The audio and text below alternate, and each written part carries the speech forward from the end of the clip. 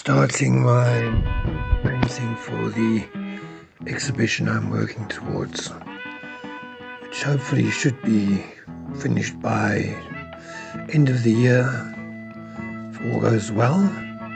Anyway, I'm using a lot of time lapse on this journey because of obvious reasons. I don't want to bore you with the slowness of the whole process because it takes a while to do, and so this is going to be a little bit faster than it should be, quite a bit. But I do change the pace depending on what part of the process I'm busy with.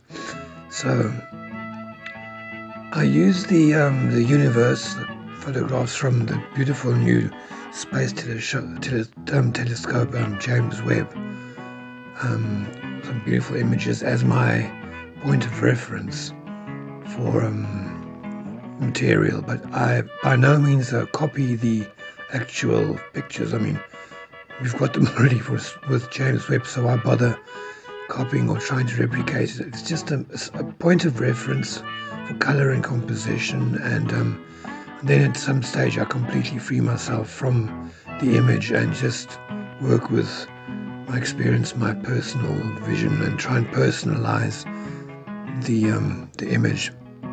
But as I say, it's a nice thing to have in the back of my mind, so I'm constantly inspired by the vastness of the universe and the cloud formation and just dust and so on.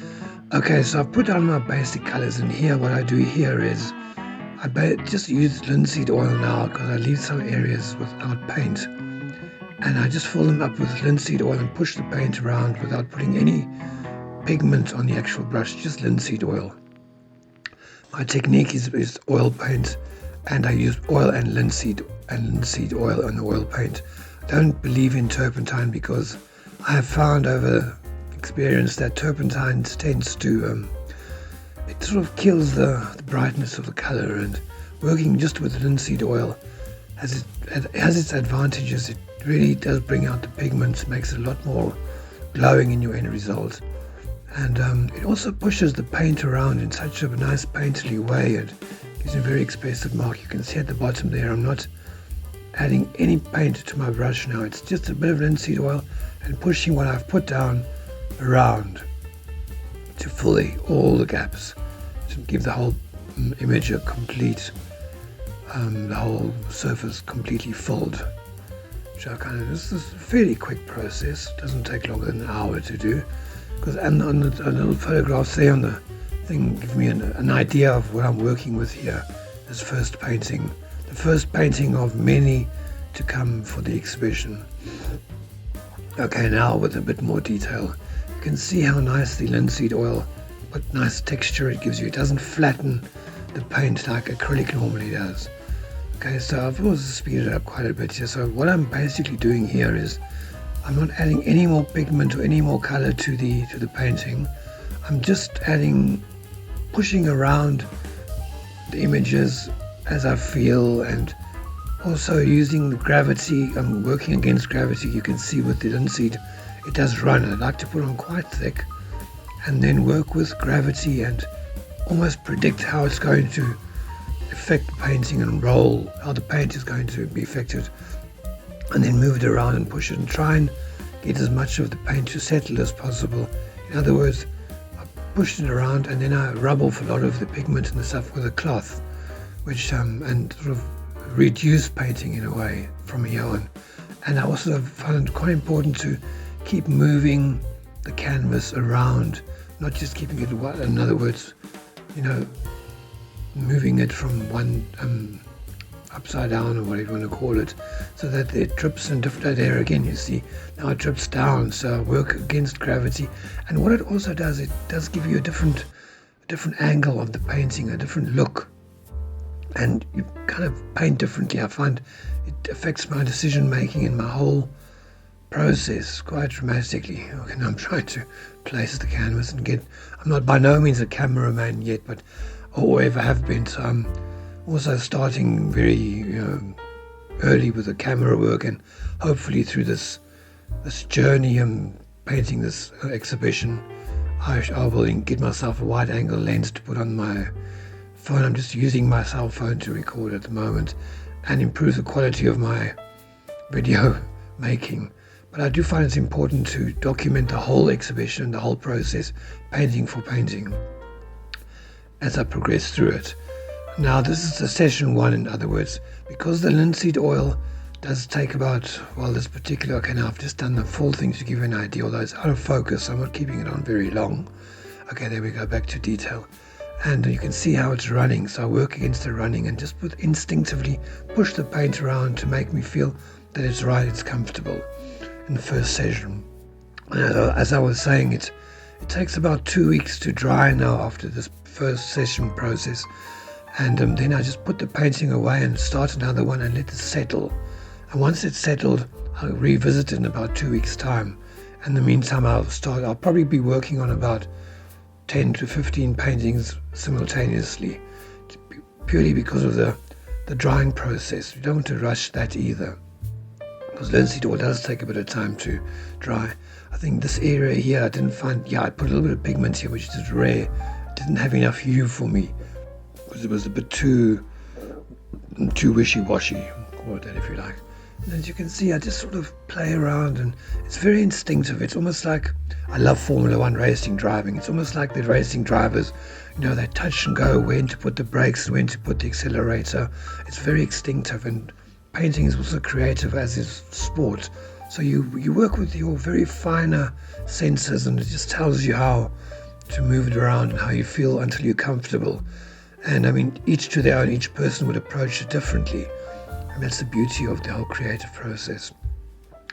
And here, now in this particular composition painting, I've got the quite bold colors in the early stages, which will eventually soften as I use my second, third session, fourth session and work into it.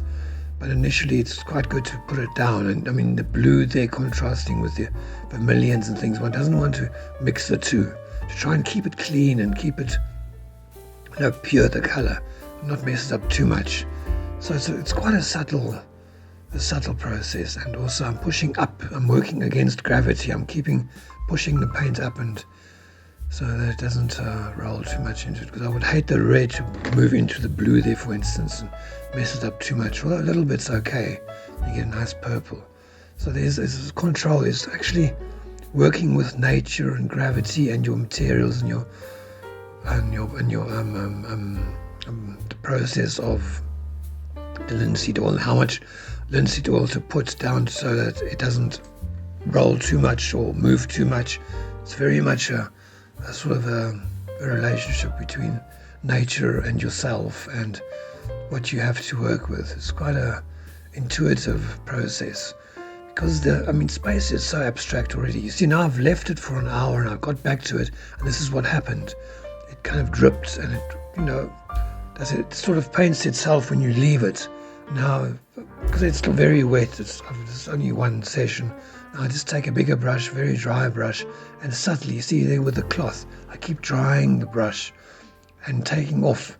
So it's a reduced painting here, and just here and there as I feel, I kind of push it around so that the paint settles onto the canvas. But it's a very delicate touch and go process from here on. It's also very much feeling, and sometimes to leave a few of those marks that have created themselves, happy accidents or the process, whatever you want to call it, and work together with it. So painting is painting itself, and I'm also painting with it. It's sort of a symbiotic common relationship, working together hand in hand, if you know what I mean. It's a very fun way, it's a very fun technique, which I'm really enjoying. And it's lends itself to the subject matter, using the universe and the gases and the whole craziness that's out there. We don't really know what it really looks like, so it leaves it a lot of space for the imagination to grow and to get involved in particular areas. And cameraman, we'll figure that out as we go. And look at that beautiful little area, how it's settling and how it's forming. And I mean, that's the beauty of the linseed oil. It does definitely help to push the paint around and to create some very unexpected textures and combinations. And at this stage, it's also very important not to not to let the paint get muddy. So in other words, keep it clean and keep your brush clean. I keep my brush very dry and clean here, and move up and stay in when I'm in the reddish purpley areas, stay in them, and then go into the blue and avoid to try and get too messy. So you want to always keep the painting clean. Well, I do. And here it's more reductive, reducing. You see there, you just get rid of some of the marks, and it creates the most beautiful textures and sort of, it's kind of magical. It's so wonderful to do. And when it dries now, it will change again completely. And now it gives it, after the first session's done, okay, that's after the first day. Now I'm leaving it overnight, and then the next day I got back to it and I painted it again, because it will change, it will move, and leave it to run so it has settled in. And session 1 is normally about a day to 2 days of painting. Okay, this is the next day now, and this part I start going in with a smaller brush, and in session 2 I kind of work with some details and define areas. We're quite linear. Also, again, only linseed oil, definitely no turpentine. And keep it quite lubricated so that I can move the lines and soften the lines as I please. And what's so nice about this is, as it's settled, I can now choose which areas I want to enhance and don't want to enhance with the linear.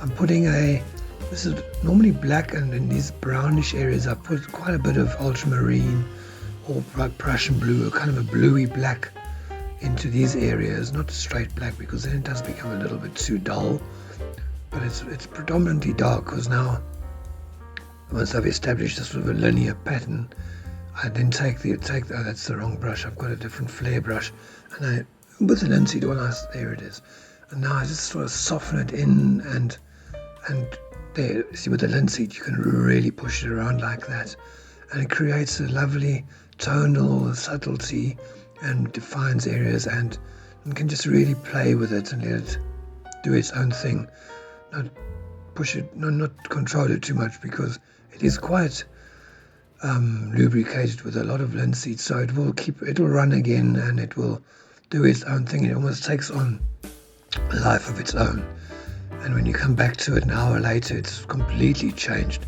But the important thing is to paint it in such a way that you actually almost predict how the paint's going to run to a point. So you put X amount in a certain area, and then think about how the gravity is going to affect it, and how it's going to run, and then all these lovely textures that have formed. So it's working into them with almost a linear, or very linear sort of style, picking up the areas that seem important. Okay, this is quite dark in that corner, it doesn't show too much, and but yeah, and then be bold and be free, but it's very much an instinctive thing here, to kind of just give it some shape, because I know it's going to move around and it's going to create its own textures once the process is finished. And by putting in the darks like this, it does give the actual painting composition a lot of depth, a lot more depth and tonal contrast, which is something one does need to create the drama. And okay, now, thanks for time lapses very quick. Now with the turpentine, I've taken my brush again.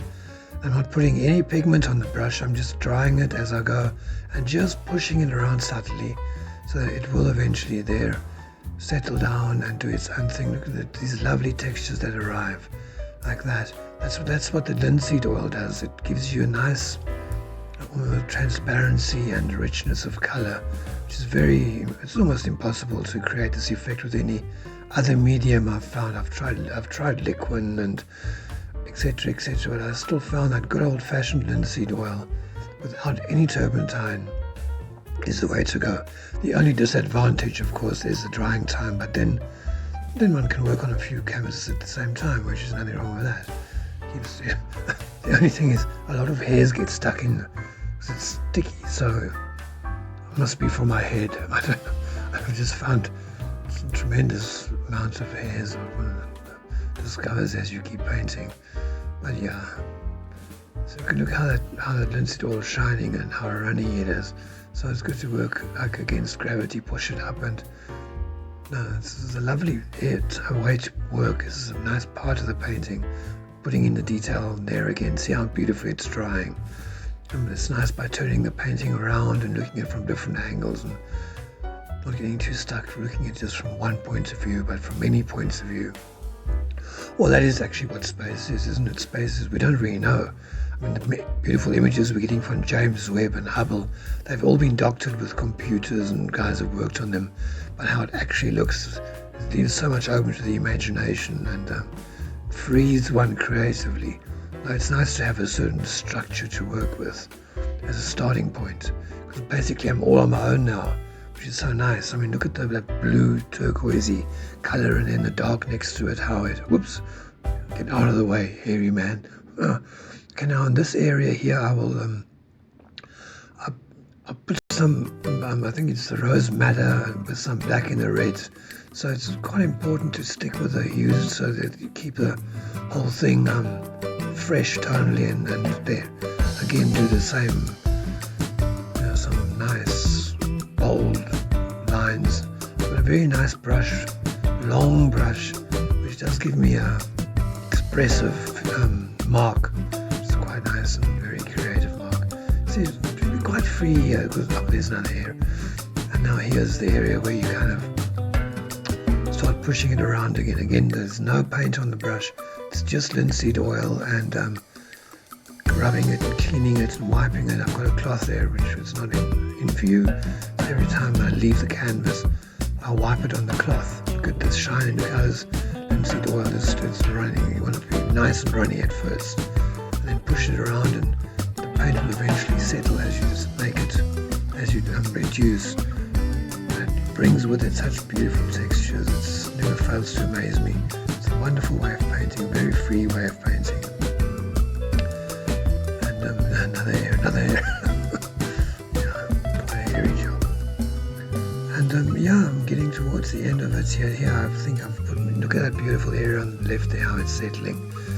And okay, now it's the bigger brush just to kind of, and the little one just to sort of settle it down, let the paint settle, push it around a bit. There's a whole dribble happening on the right here just to get rid of most of the drips, because the session's almost come to an end. The painting is almost ready to settle now for a few weeks, where I'll lie flat. I don't want it to run, so I'll revisit it in about a fortnight from now, and I'll start another painting tomorrow, another session. I'm going to video everything, the whole process from the beginning to the opening night. Everything that we're going to make videos. I'm just going to name them Painting 1 Session A. This is in Session A. Painting 2 Session A, B, C, to keep things simple. So this particular one, this first one, I've kind of used the spiral nebula or galaxy or whatever you want to call it as my, it's kind of a spirally thing. So next one I'll use something different as a starting point, as an inspiration. Okay, so there's me wobbling around, and there we go. Okay, so it's coming to an end now, and this one will then go and relax. Okay, it's just settling the last little bits, but it's still going to go through a lot of different sessions, so that it doesn't get too fussy at first, and leave quite a lot of light areas. And by the time I revisit it, I'll look at it with different eyes, because I've done so many different styles of new paintings. See the spirally look in this one, I think it's quite nice. Then I'm pushing the paint up, trying to get, and dry it up nicely. And to settle so I can go to sleep for 2 weeks. And then I'll revisit again there we go. So we're coming to an end. Doesn't want to do too much. This is about a 1 day, 2 days for the first session. Well, my instinct tells me when I think it's ready. Because now, if I had to paint into it again with the wetness, it would just become a big mush, a big mess. Someone has to know when to stop, when to let it rest. So it still has that lovely freshness, and I mean the blues and the reds, and don't want them to start mingling in and getting too muddy. There's old Hendrix helping me along. Okay, this is just a little detail to just show the last session and how I'm just pushing the paint around for its final resting time. Just getting some interesting structures and last feelings and doing this all over. See, what's so nice about this is now, because it's wet, and if I push the brush hard, I dry it, and I push it, then I can create lights again. I'll show you it's going to happen there. And the whiteness of the canvas underneath is coming through, which is lovely. I don't have to add any white to the painting at this stage, no white at all. Like that, by doing that, I'm actually getting back the white that is in there underneath.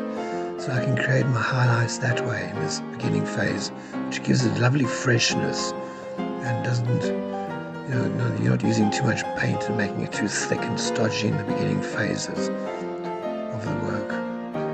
Okay, that's just an idea. And so now it's kind of saturated, so it's time. Okay, well, that's the end of session 1. Painting 1, session A.